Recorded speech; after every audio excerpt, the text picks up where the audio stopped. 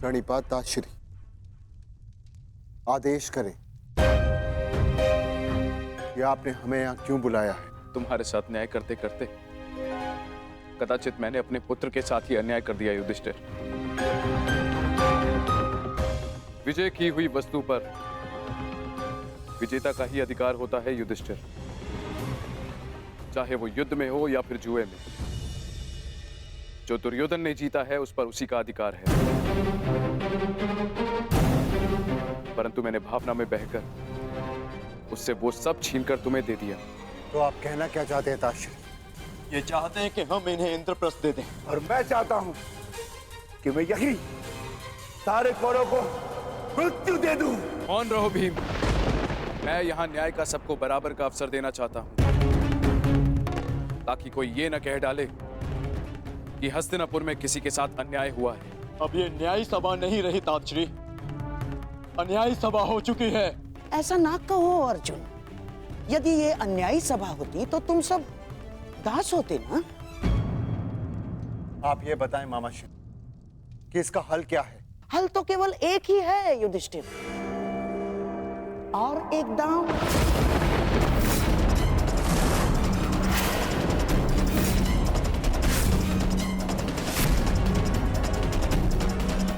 घबराओ मत पुत्रों, इस बार न राज्य दांव पर लगेगा और ना ही सम्मान, परंतु इस बार जीतने वाला दूसरे के राज्य पर 13 वर्ष का अधिकारी होगा।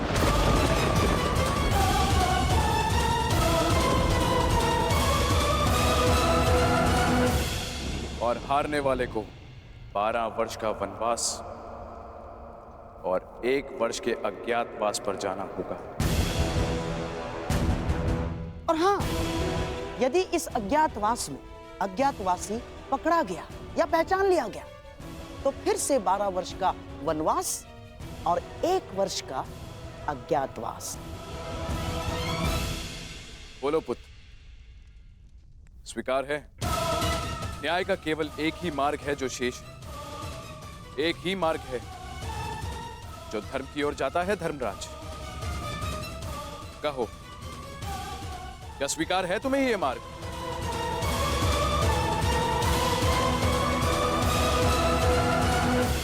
स्वीकार मत करना युधिष्ठिर, अस्वीकार कर दो ये दांव। अब धर्म के नाम पर एक और अधर्म मत कर बैठना।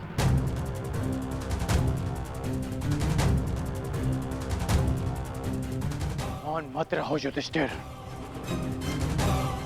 अन्यथा इतिहास तुम्हें कभी क्षमा नहीं करेगा। मत खेलना ये दांव। महाराज धृतराष्ट्र मेरे पिता तुल्य हैं। पितामह, आचार्य द्रोण और काकाश्री सब यहाँ उपस्थित हैं और सबकी उपस्थिति में मुझे ये दांव खेलने को कहा जा रहा है। कदाचित ये दांव अधर्म, मैं इस दांव को ना कह सकता, इस अधर्म को ना कह सकता, परंतु बड़ों की आज्ञा का पालन करना ही मेरा धर्म है। मैं इस धर्म को ना नहीं कह सकता। तुम तो धर्म और अधर्म की परिभाषा ही भूल गए हो। क्या तुम्हारी स्मृति इतनी दुर्बल है कि तुम भूल गए कि कुछ ही क्षण पहले यहां क्या अनर्थ होते होते रह गया? तुम दास बनते बनते रह गए, तुम्हारी पत्नी का मान भंग करने का प्रयास किया गया। ये वही सभा है जहां वर्षों पूर्व मेरे भाई की हत्या की गई थी और आज एक स्त्री का मान भंग किया गया।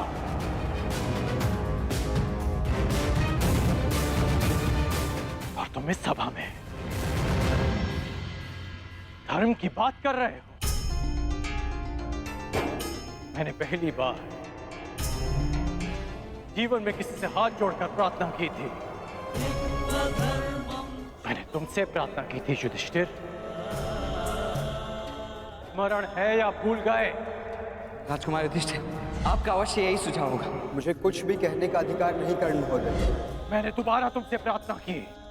मेरा निवेदन मानिए, इस निमंत्रण को स्वीकार मत कीजिए। क्योंकि मुझे संदेह है ये निमंत्रण आपके सम्मान के लिए नहीं, उस अपमान के प्रतिकार के लिए भेज रहे हैं। परंतु तुमने मेरी प्रार्थना नहीं सुनी, उसे अस्वीकार कर दिया।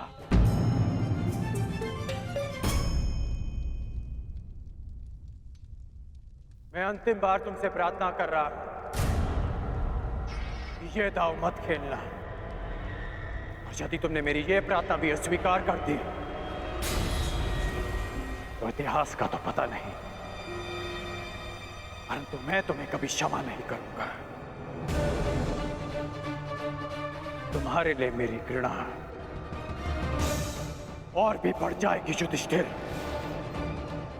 ऐसी मूर्खता मत करना। मेरे धर्म के मार्ग पर ना ही मुझे किसी की क्षमा की चाह और ना ही किसी के घृणा का भय। और इस समय मुझे लगता है कि ताश्री को अन्याय से बचाने के लिए ये खेल खेलना ही मेरे लिए धर्म है।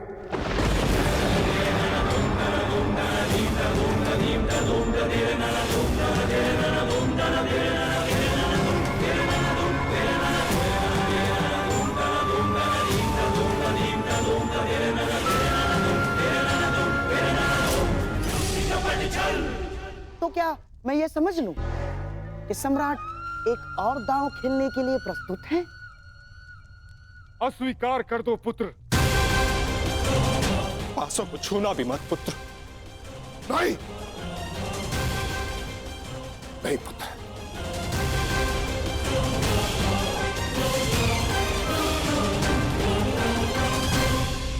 मुझे ये दाव स्वीकार है।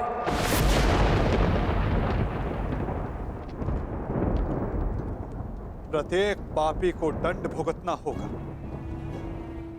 वो जिसने लालच के लिए छल किया, और वो भी जिसने अधर्म को धर्म मानकर उसका पालन किया। प्रत्येक को अपने कर्मों का फल भुगतना होगा।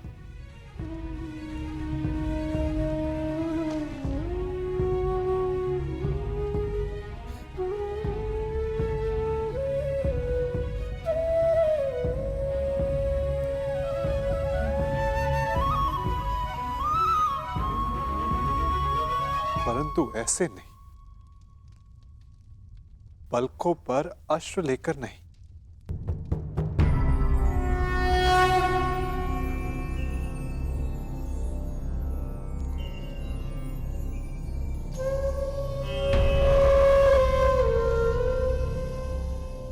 तुम्हारा जन्म इतिहास बदलने के लिए हुआ है सखी, इतिहास बनने के लिए नहीं। इसीलिए प्रतिशोध नहीं, तुम्हें न्याय का मार्ग चुनना होगा, क्योंकि प्रतिशोध अन्याय को जन्म देता है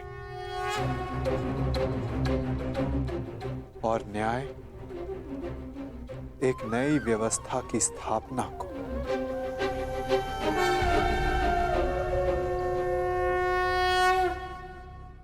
लीजिए सम्राट, आपके लिए खेल प्रस्तुत हैं।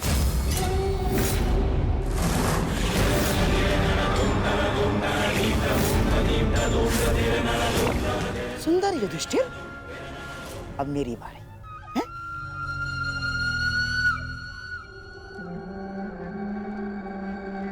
पांडवों के वनवास जाने पर उत्सव मनाने की तैयारी शुरू कर दो।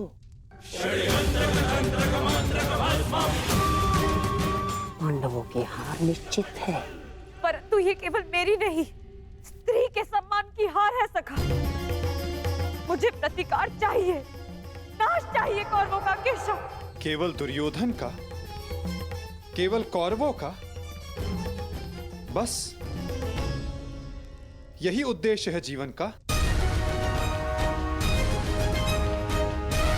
यदि ऐसा है तो चलो अभी चलते। तुम्हारे अश्रों की सौगंध वासुदेव अभी जाकर समस्त कुरुकुल का नाश कर देगा। परंतु एक बार सोचो, उसके पश्चात क्या होगा? संसार का मार्ग बदलने वाली पांचाली के इस प्रयास को लोग क्या कहेंगे? प्रतिशोध या न्याय की स्थापना? तुम्हें प्रत्येक स्त्री के मान के लिए न्याय व्यवस्था की स्थापना करनी है सखी।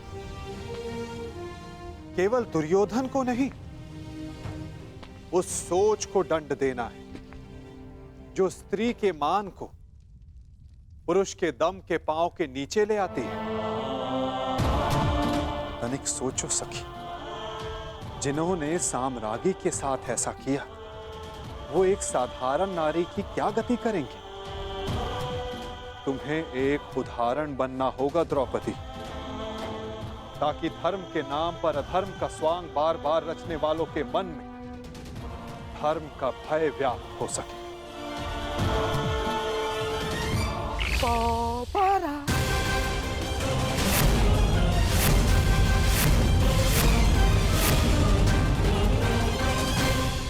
बधाई हो मेरे होने वाले सम्राट। दोबारा आ गए। पांडव दोबारा आ गए। सम्राट युधिष्ठिर, पांचाली को दासी बनने से तो तुमने बचा लिया, परंतु स्वयं को वनवासी होने से नहीं बचा पाए।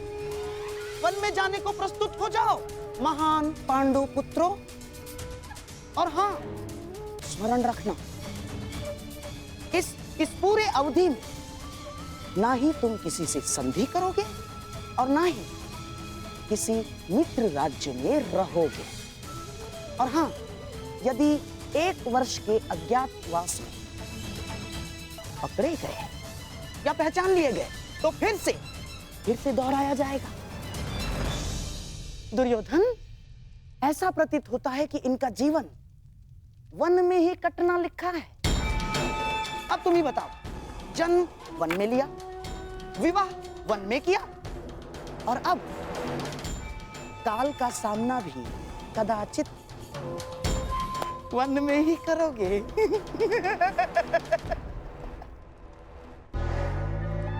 लगता है यही भाग्य का न्याय है।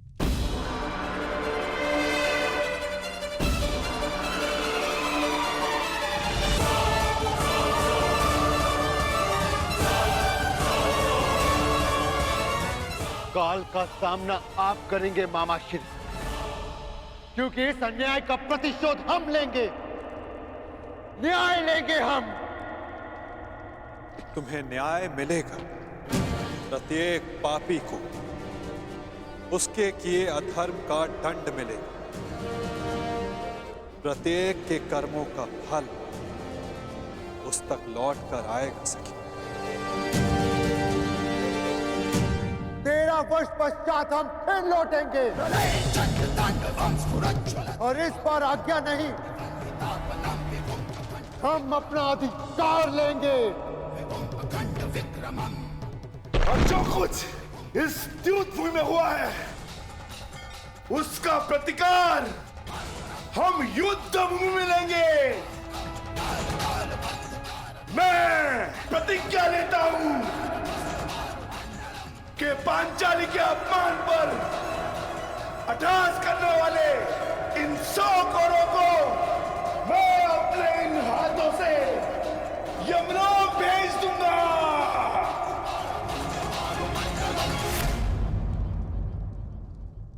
ये मत समझना कि वन में हम विश्राम करेंगे दुर्योधन। हर पल प्रतिशोध की अग्नि में जलेंगे, और जब लौटेंगे तो इतने बाण बरसेंगे, अंधकार छा जाएगा हस्तिनापुर के भविष्य पर। महायुद्ध होगा।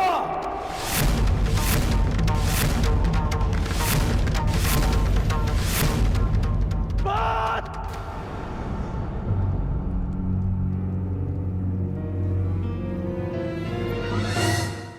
किस बात का प्रतिशोध अर्जुन? आज द्रौपदी का सम्मान भंग हुआ तो उसका कारण दुर्योधन के प्रतिशोध से अधिक युधिष्ठिर का लालच था। और अब वनवास भी तुमने स्वयं पाया। मैं ये नहीं कहता इस सभा में जो हुआ वो उचित था। दुर्योधन ने जो किया वो धर्म था। तुमने भी अधर्म किया।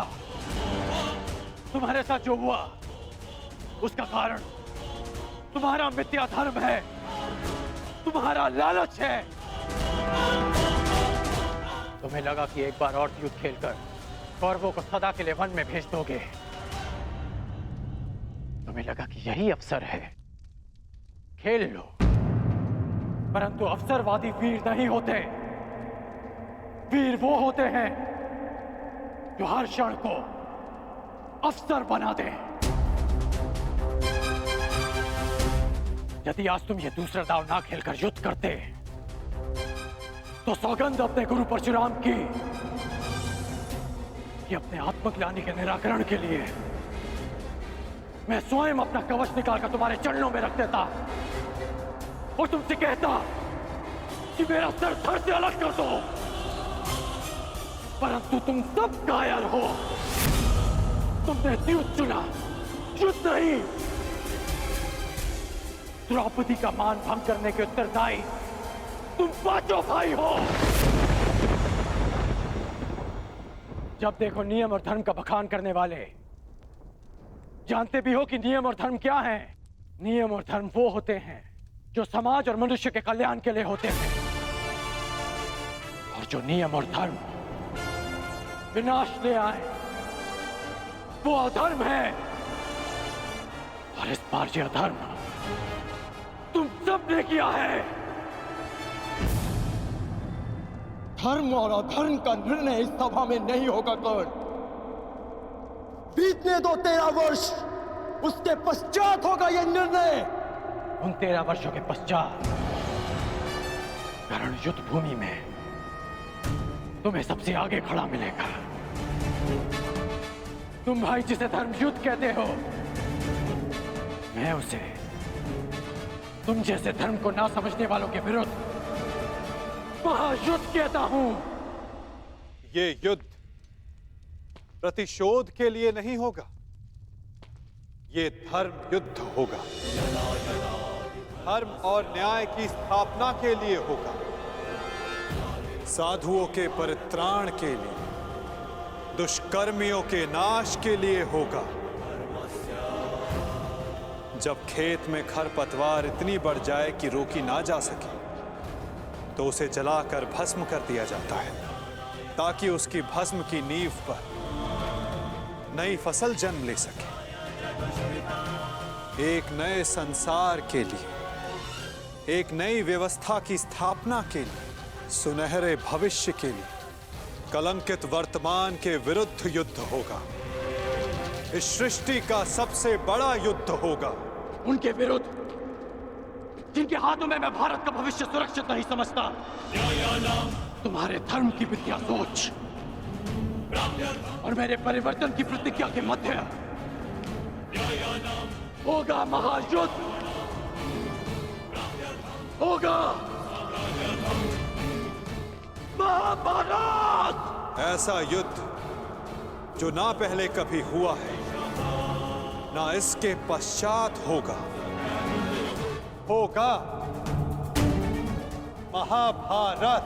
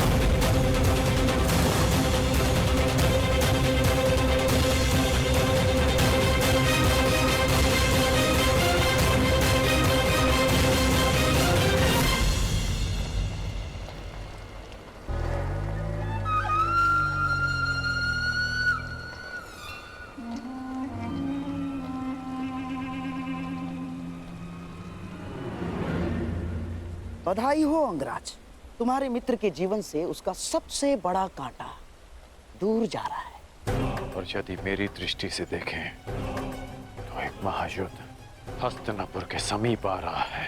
ना, कोई युद्ध मेरे दुर्योधन के निकट नहीं आ सकता अंगराज।